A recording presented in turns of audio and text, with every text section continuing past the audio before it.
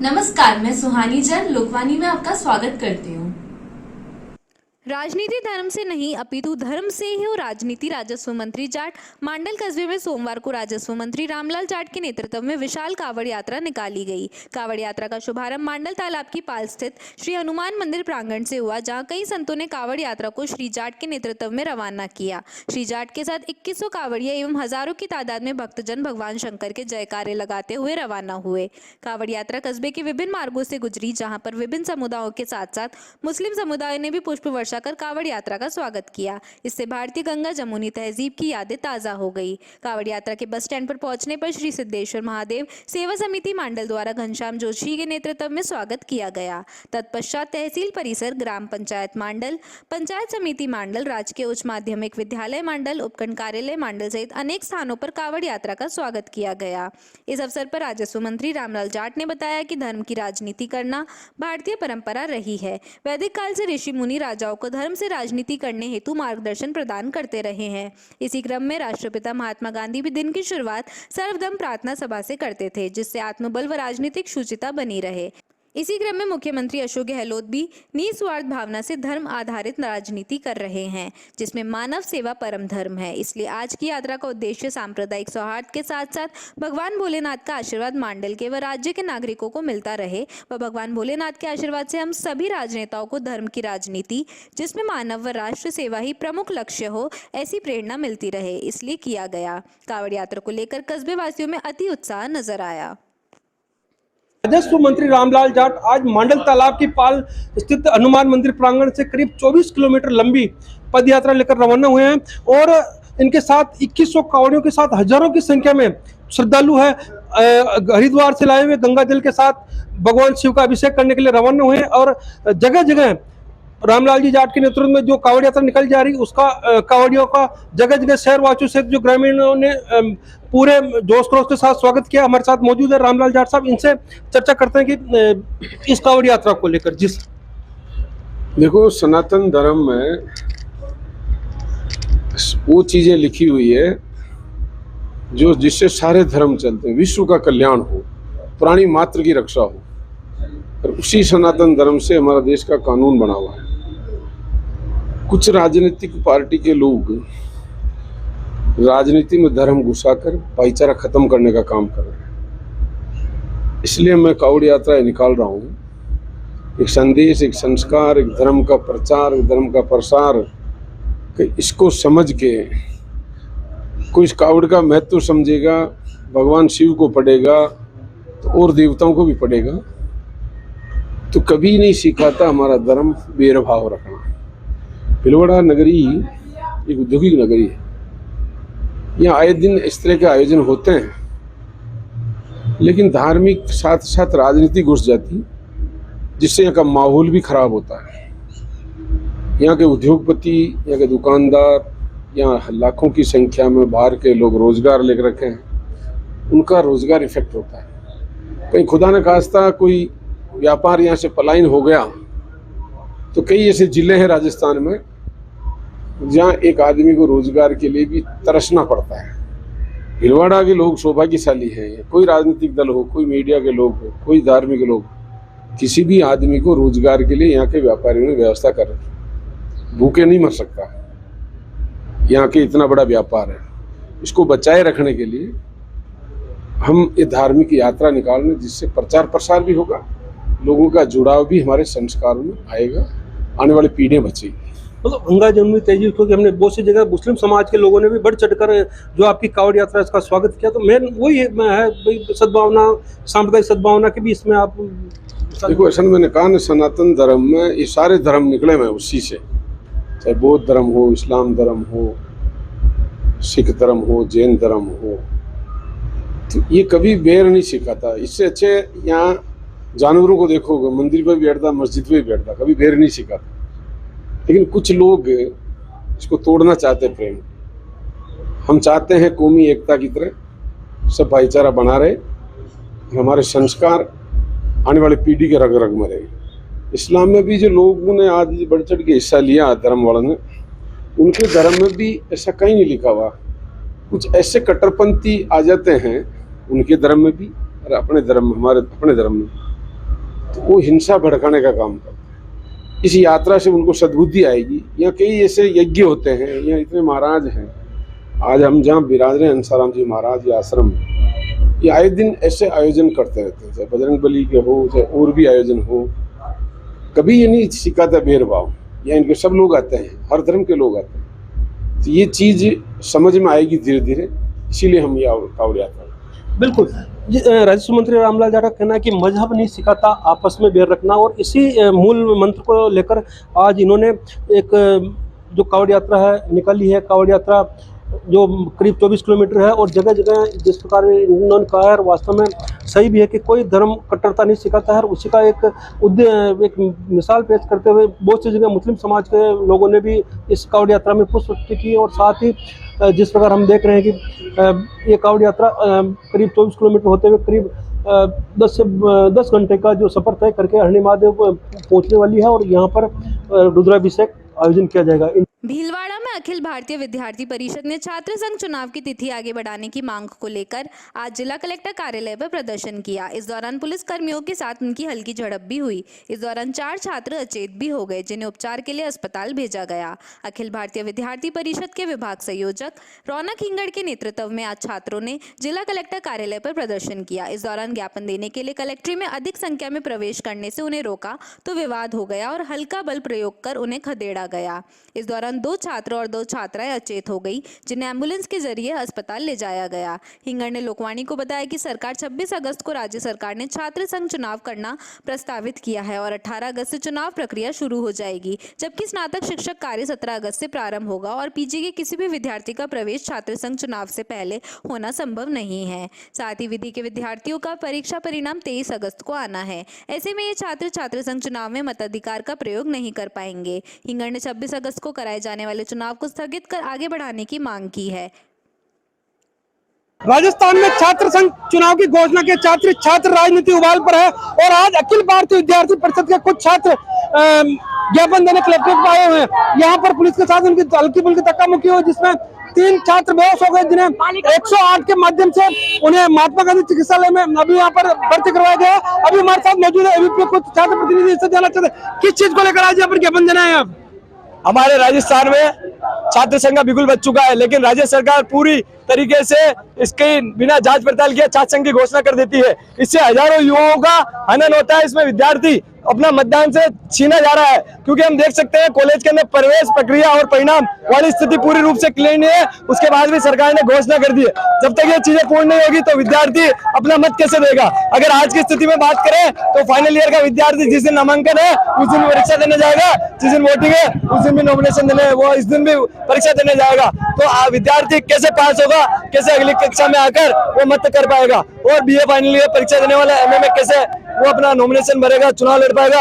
इस तरह के लोकतंत्र की हत्या हो रही है। विद्यार्थी परिषद की मांग है कि छात्रों की मांग प्रवेश परिणाम पूर्ण रूप से पूरा किया जाए, उसके बाद छात्र संघ की चुनाव की तारीख घोषणा की जाए। पुलिस के साथ अभी जो हल्की में धक्का मुक्की हुई, बिल्कुल पुलिस प्रशासन राज्य सरकार के दबाव में काम कर रहा है। हम हमारी मांग रखे, उसके बाद भी आज बहनों के साथ और भाइयों के साथ बदसलूकी की गई है। 3-4 जख्मी हुए, जिसमें 2 भाई और 1 बहन हुई है। हमारे साथ अन्याय हो रहा है। राज्य सरकार हमेशा पुलिस प्रशासन को आगे करके हमें दबाने का प्रयास करती है। 3 बहनों के पाँव में जोर से चोट आ चुकी है, पाँव में लगी गुंडा संख्या पूरा। हम कहते हैं कि लेके जाकर पुलिस प्रशासन ने हम हमारे हक लेने आए हैं। बिल्कुल। तो ये अखिल भारतीय विद्यार्थी परिषद के कुछ छात्र जिन्होंने बताया कि सरकार ने प्रक्रिया पूरी करने से पहले ही चुनाव की घोषणा कर दी, लेकिन चुनाव की तारीख आगे बढ़ानी चाहिए। मैं प्रहलाद तेली। सावन के अंतिम सोमवार को आज लेबर कॉलोनी स्थित नर्मदेश्वर महादेव मंदिर से ढोल ताशा और डमरू की झनकार के साथ हरणी महादेव के लिए कावड़ यात्रा निकली। शहर में कावड़ यात्रा का जगह जगह लोगों ने पुष्प वर्षा कर स्वागत किया।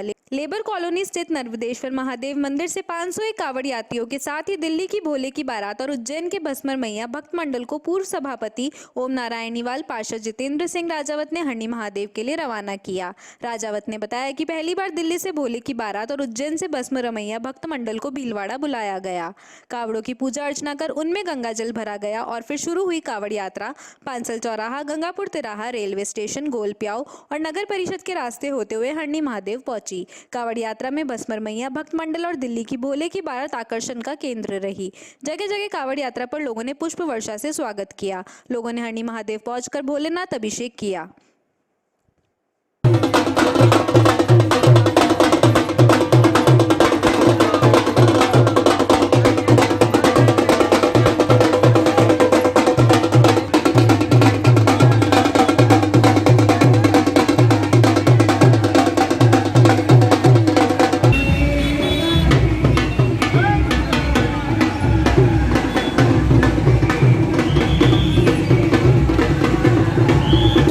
आज सावन का अंतिम सोमवार है और आज सुबह से शिवालयों में श्रद्धालुओं की कतारें लगी हुई है और जगह जगह कावड़ यात्राओं का आयोजन किया जा रहा है।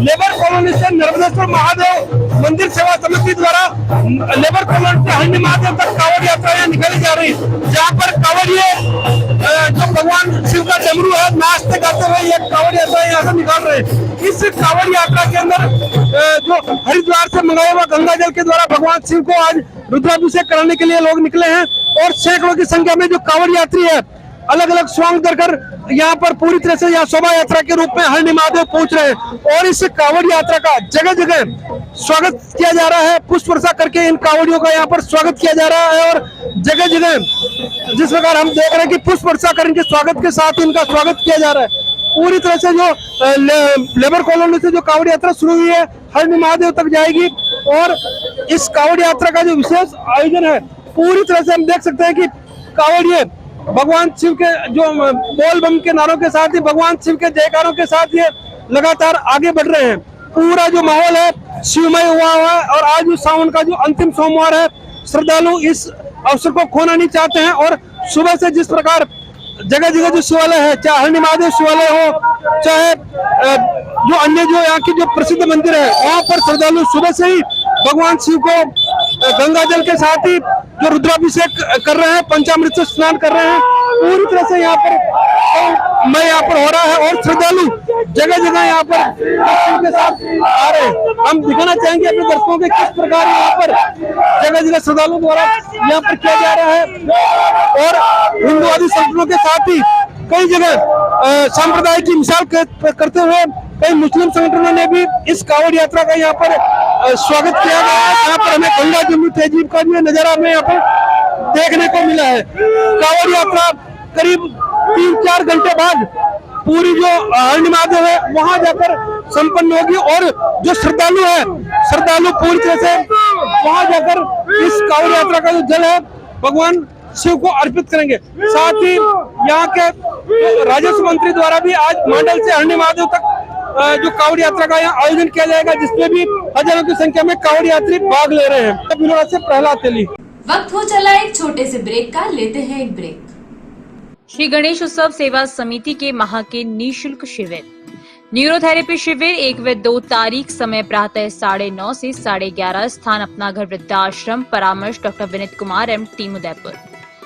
स्त्री रोग शिविर 3 व 4 तारीख, समय 10 से 2 बजे तक, स्थान गैलेक्सी क्लिनिक, मोती बाबजी चौराहा, सांगनेर रोड, भीलवाड़ा, परामर्श डॉक्टर किरण शर्मा। चर्म रोग शिविर 7 से 10 तारीख, समय प्रातः 8 से 2 बजे तक, स्थान आयुष आयुर्वेदिक MGH परिसर, भीलवाड़ा, परामर्श डॉक्टर अनुराग शर्मा, डॉक्टर मोहिनी मीणा। दंत रोग एवं परामर्श शिविर 10 तारीख, समय प्रातः 9 से 11 बजे तक, स्थान वृद्धाश्रम अपना घर, RC व्यास कॉलोनी, परामर्श डॉक्टर हेमेंद्र सिंह गाछा। पंचकव्य चिकित्सा शिविर गोमूत्र दवाइयों द्वारा रोगी का इलाज 11 तारीख, समय है 10 से 12 बजे तक, स्थान अपना घर वृद्धाश्रम, कामधेनु गौशाला, सींद्री के बालाजी, भीलवाड़ा, परामर्श डॉक्टर कृष्ण चनु शर्मा। रसायन चूर्ण शिविर 13 व 14 तारीख, समय प्रातः 8 से 10 बजे तक, स्थान आयुष चिकित्सालय MGH परिसर, भीलवाड़ा, परामर्श doctor Anurag Sharma, doctor Mohini Meena. Break के बाद आपका फिर से स्वागत। देखते हैं कुछ अन्य जानकारियाँ। प्रदेश के कृषि पशुपालन मंत्री लालचंद कटारिया सोमवार को भीलवाड़ा जिले के शाहपुरा पहुंचे। यहां उन्होंने गौवंश में फैली लंपी बीमारी को लेकर शाहपुरा की ऐतिहासिक श्री पशुपतिनाथ गौशाला का निरीक्षण किया।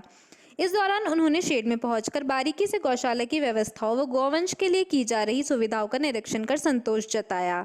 यहां पर उन्होंने जिले के पशुपालन व कृषि विभाग के अधिकारियों से गौशाला परिसर में समीक्षा बैठक कर उनको दिशा निर्देश दिए। उन्होंने दोनों विभागों के अधिकारियों को अलर्ट मोड पर रहने के निर्देश देते हुए कहा कि आगामी आदेश तक सभी कार्मिक फील्ड में रहे, कोई भी अवकाश पर नहीं जाए, ऐसी व्यवस्था की जाए। उन्होंने जिले में दवाइयों की उपलब्धता के बारे में भी जानकारी प्राप्त की। गौशाला समिति के अध्यक्ष रतनलाल झंवर व अनिल लोढ़ा ने गौशाला का प्रतिवेदन प्रस्तुत करते हुए बताया कि प्रतिदिन साफ सफाई, छिड़काव, गौवंश का परीक्षण चिकित्सक कराने की व्यवस्था कर रखी है। गौशाला 115 वर्ष पुरानी है। समिति ने मंत्री से गौशाला के लिए भूमि आवंटन कराने की मांग रखी, जिस पर मंत्री कटारिया ने एसडीओ व तहसीलदार को प्रस्ताव बनाकर शीघ्र देने को कहा। जय सिंह राणावत व माधव ने गौशाला की पुस्तक भेंट की। मंत्री कटारिया ने प्रबंध समिति पदाधिकारियों से कहा कि गौवंश के संरक्षक के लिए सभी बंदोबस्त करें ताकि सरकार की ओर से हर संभव सहायता की जाएगी। उन्होंने कहा कि प्रस्ताव आने पर शीघ्र ही भूमि आवंटन की कार्यवाही करवाई जाएगी। इस दौरान राजस्थान तैराकी संघ के अध्यक्ष अनिल व्यास, ब्लॉक कांग्रेस अध्यक्ष दिलीप गुज्जर, पूर्व पालिका उपाध्यक्ष नमन ओझा, पार्षद रमेश सेन, पूर्व ब्लॉक महामंत्री अशोक भारद्वाज सहित कांग्रेस के जनप्रतिनिधि एवं विभागीय अधिकारीगण के अलावा इस दौरान राजस्थान तैराकी संघ के अध्यक्ष अनिल व्यास, ब्लॉक कांग्रेस अध्यक्ष दिलीप गुज्जर, पूर्व पालिका उपाध्यक्ष नमन ओझा, पार्षद रमेश सेन, पूर्व ब्लॉक महामंत्री अशोक भारद्वाज सहित कांग्रेस के जनप्रतिनिधि एवं विभागीय अधिकारीगण के अलावा उपखंड अधिकारी सुनीता यादव, तहसीलदार नारायण लाल जिंगर, एसएचओ घनश्याम सिंह देवड़ा मौजूद रहे। बाद में पत्रकारों से बात करते हुए कृषि मंत्री लालचंद कटारिया ने कहा कि प्रदेश में गौवंश में लंपी बीमारी को लेकर राजस्थान सरकार अलर्ट मोड पर है। अभी 11 जिलों में इसकी जानकारी मिली है। वहां पर गौवंश के लिए सभी मौकूल बंदोबस्त किए गए हैं। अन्य जिलों में इसका फैलाव रोकने के लिए सभी अधिकारियों को निर्देशित किया गया है। पशुपालकों की जागरूकता जरूरी है। उन्होंने कहा कि देश के कई प्रदेशों में रोग फैला है। गुजरात व राजस्थान में यह वायरस ज्यादा प्रभावी लग रहा है।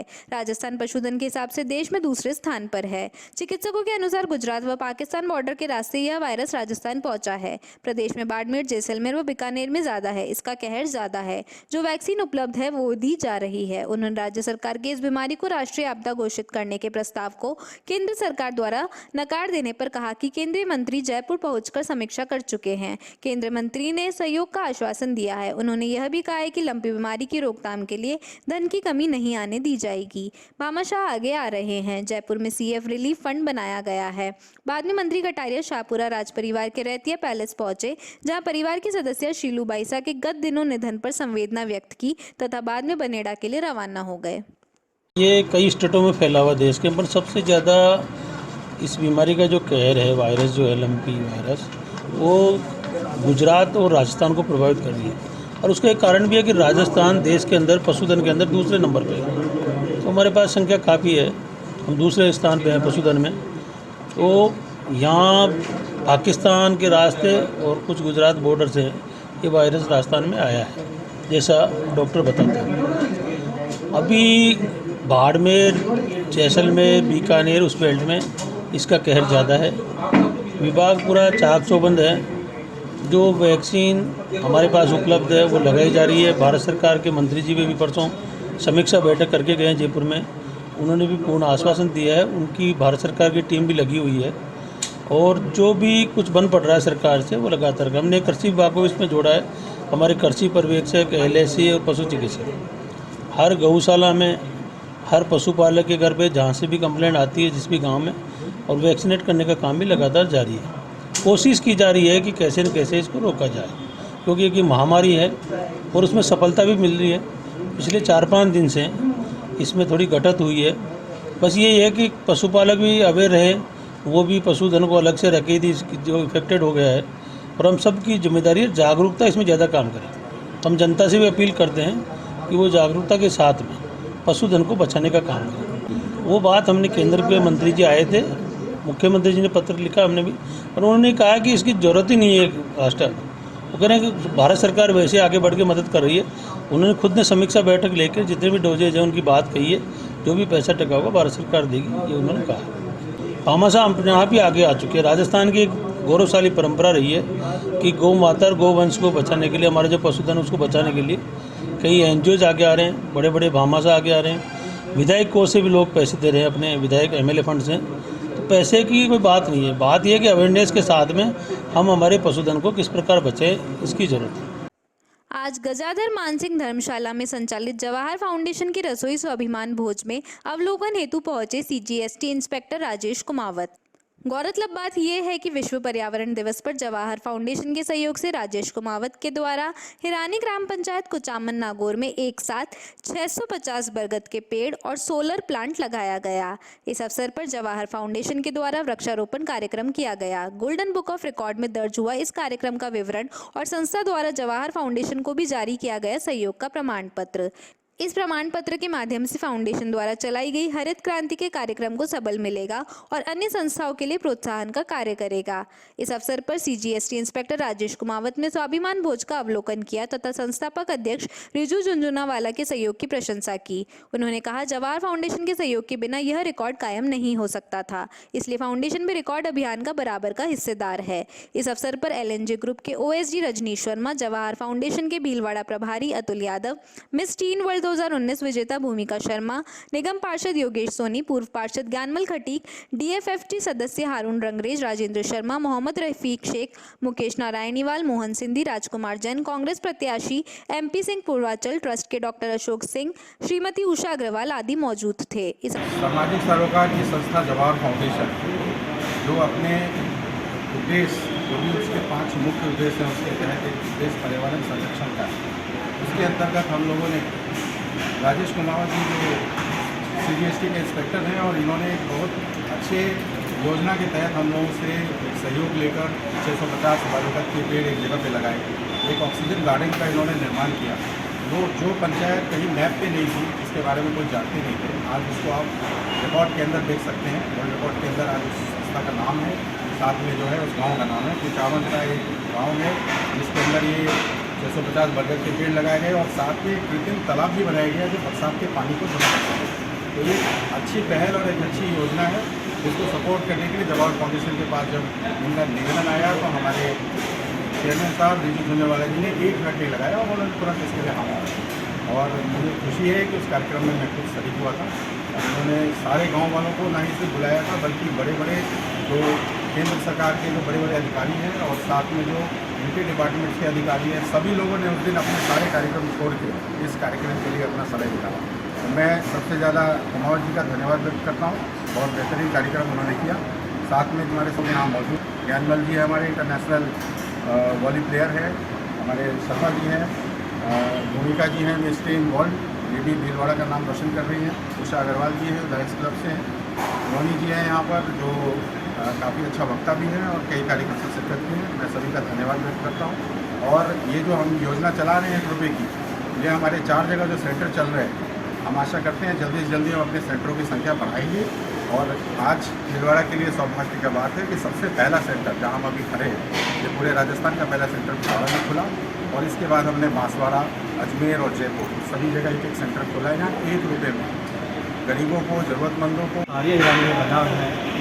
इसमें इन्होंने अपना एक अतुल्य योगदान दिया है।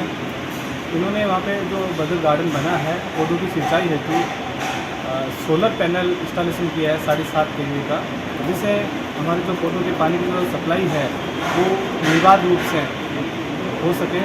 तो इनका बहुत बहुत धन्यवाद देना चाहता हूँ। और जो रवि झुंझुनवाला है उनका विशेषकर धन्यवाद देना चाहता हूँ कि उन्होंने पर्यावरण संरक्षण और संवर्धन में एक छोटी सी रिक्वेस्ट पे उन्होंने तुरंत जो सोलर पैनल के लिए हाँ कर दी। मैं उनका बहुत बहुत आभारी हूँ। मैं आगे भी ऐसे उम्मीद करता हूँ कि वो इस पर्यावरण संरक्षण और संवर्धन वाले जो पहल है उसमें से अपना योगदान देते रहें। और ये 5 जून का जो प्रोग्राम था, learning house pre school Bhilwara में प्री प्राइमरी के नन्हे मुन्ने बच्चों की सांस्कृतिक वेशभूषा प्रतियोगिता आयोजित की गई, जिसमें बच्चों ने विभिन्न राज्यों के रंग बिरंगे परिधान पहनकर अपनी मनमोहक छवि दिखाई, जिससे सभी दर्शक मंत्रमुग्ध हो गए। बच्चों ने राजस्थानी, गुजराती, पंजाबी, बंगाली और आदिवासी राज्यों के परिधान पहनकर सभी को सम्मोहित कर दिया। इन नन्हे मुन्ने बच्चों की प्रस्तुति देखकर हमें हमारी संस्कृति के गौरव की अनुभूति हुई तथा इस कार्यक्रम में हमारी एकता में अनेकता की विशेषता की भी झलक दिखाई दी। इस प्रतियोगिता में देवांशी रानावत, मनुश्री आगाल, श्रेया गुप्ता का प्रथम स्थान, अभिलक्ष छापरवाल, नितिका मिश्रा, आराध्य फ्रैंक का द्वितीय स्थान, धर्मिता सिंह, आरुष कोठारी, स्मरराज सिंह का तृतीय स्थान रहा। इस अवसर पर बच्चों के अभिभावक भी उपस्थित रहे। बच्चों के बौद्धिक विकास एवं सांस्कृतिक ज्ञान के लिए हमारे संस्थान द्वारा समय समय पर इस प्रकार के कार्यक्रम आयोजित किए जाते हैं। अस्पतालों में रक्त की आवश्यकता होने पर गाडरी समाज भीलवाड़ा ने रक्तदान शिविर का आयोजन किया। शिविर 7 अगस्त 2022 रविवार को पंचायती भवन गाडरी खेड़ा गांधीनगर में महात्मा गांधी हॉस्पिटल टीम द्वारा किया गया। कार्यक्रम में 176 यूनिट रक्तदान किया गया। कार्यक्रम में मुख्य अतिथि सीमा देवी बघेल, भरतपुर विशिष्ट अतिथि किशन चौधरी, यूथ कांग्रेस जिला अध्यक्ष आजाद शर्मा, भाजपा नेता रितेश गुज्जर, कारागृह सदस्य घनश्याम सिंघीवाल, भाजपा मंडल अध्यक्ष उपस्थित रहे। इस अवसर पर समाज के वरिष्ठ सदस्य नारायण हाड़ा, प्रदेश अध्यक्ष रतन पूर्बिया, प्रदेश संरक्षक राम रतन गुजेला, प्रदेश उपाध्यक्ष सरवन पूर्बिया, जिला अध्यक्ष चित्तौड़गढ़ देवीलाल मोयल, युवा जिला अध्यक्ष भीलवाड़ा छोका जी, पेमा जी, केशु जी, भवानी शंकर जी, नारायण जी रियार, पूरन जी शामिल हुए। आयोजनकर्ता देवनारायण सेवा समिति, राधेश्याम गाडड़ी, राधेश्याम मोयल, कैलाश गाडड़ी, मुकेश मोयल, महेंद्र गाडड़ी, राजू गाडड़ी, समाज के युवा कार्यकर्ताओं ने सभी अतिथियों और रक्तवीरों का आभार व्यक्त किया।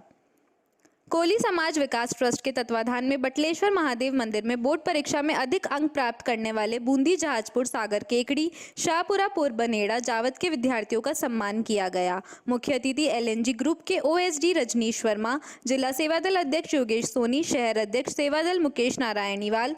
मुख्य अतिथि रजनीश वर्मा ने कहा कि कोली समाज में प्रतिभाओं की कमी नहीं है। आपके समाज में LNG ग्रुप हर समय आपके सहयोग के लिए आपके साथ खड़ा रहेगा। सेवादल अध्यक्ष ने शिक्षा पर जोर देते हुए कहा कि देश को आगे बढ़ाने में शिक्षा को बढ़ावा देना बहुत जरूरी है। आपके समाज में विकास के लिए कांग्रेस पार्टी सदैव तैयार रहेगी। कोली समाज के अध्यक्ष ओम प्रकाश सुनारिया ने ट्रस्ट के कामों की जानकारी दी। सचिव मुरलीधर लोवड़िया, जिला अध्यक्ष बाबूलाल भैरूलाल लोरवाड़िया, ताराचंद आदि मौजूद थे। आज अखिल भारतीय खटीक समाज के बैनर तले बड़ी संख्या में समाज के लोगों ने कलेक्ट्रेट पहुंचकर प्रदर्शन किया। इस मौके पर समाज के जिला अध्यक्ष शैलेंद्र डिडवानिया ने लोकवाणी से कहा कि राजेंद्र शर्मा आत्महत्या के मामले में रवि खटीक को गिरफ्तार किया गया। उसकी निष्पक्ष जांच होनी चाहिए और वह दोषी नहीं है तो उसे रिहा किया जाना चाहिए। उन समाज की एक ही महिला पिंकी ने कहा कि जरूरत होने पर पैसे उधार दिए थे, लेकिन यह कोई गुनाह नहीं है। सुसाइड किसी वजह से किया गया, इसकी पुख्ता जांच हो। समाज द्वारा दिए गए ज्ञापन में कहा गया कि पुलिस ने अब तक आत्महत्या नोट में नामजद महिला को अब तक गिरफ्तार नहीं किया गया है। अगर वह गिरफ्तार होगी तो सच सामने होगा कि वास्तव में गुनाहगार कौन है। भीलवाड़ा में ओबीसी आरक्षण समिति ने मुख्यमंत्री अशोक गहलोत के नाम जिला कलेक्टर को ज्ञापन देकर ओबीसी आरक्षण विसंगतियों को दूर करने संबंधी 3 मांगों को लेकर ज्ञापन दिया है। ज्ञापन में कहा गया है कि कार्मिक विभाग द्वारा 17 अप्रैल 2018 को भूतपूर्व सैनिक आरक्षण अधिनियम 1978 में परिवर्तन कर लागू की गई नई अधिसूचना से ओबीसी पुरुष वर्ग की सीटें भूतपूर्व सैनिकों को आवंटित की जा रही है, जिससे ओबीसी वर्ग के लोगों को नियोक्ता नहीं मिल पा रही है। इसके अलावा 2 अन्य मांगे भी रखी गई है, जिन्हें रोस्टर प्रणाली से प्रभावी रूप से लागू करना भी शामिल है। शाहपुरा रामपुरा बस्ती में स्थित सरकारी छात्रावास की हालत जीर्ण शीर्ण जर्जर हो रही है। छात्र भी सहमे हुए हैं तथा अधिकारी भी वैकल्पिक व्यवस्था करने पर ध्यान नहीं दे रहे हैं, जिससे छात्रों के भविष्य के साथ खिलवाड़ हो रहा है।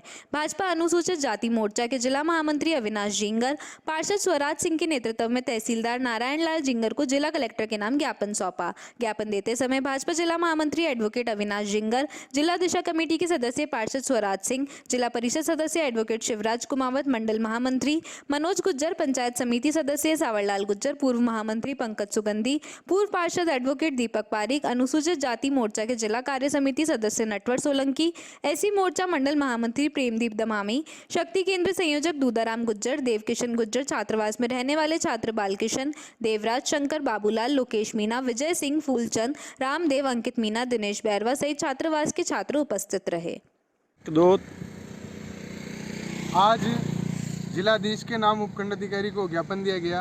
शाहपुरा अंबेडकर छात्रावास की जीर्ण शीर्ण अवस्था है, वो कभी भी जन हानि का कारण बन सकता है। इसको मद्देनजर रखते हुए सार्वजनिक निर्माण विभाग ने छात्रावास को खाली करा लिया है, लेकिन वहाँ के विद्यार्थियों को काफ़ी समस्याओं का सामना करना पड़ रहा है।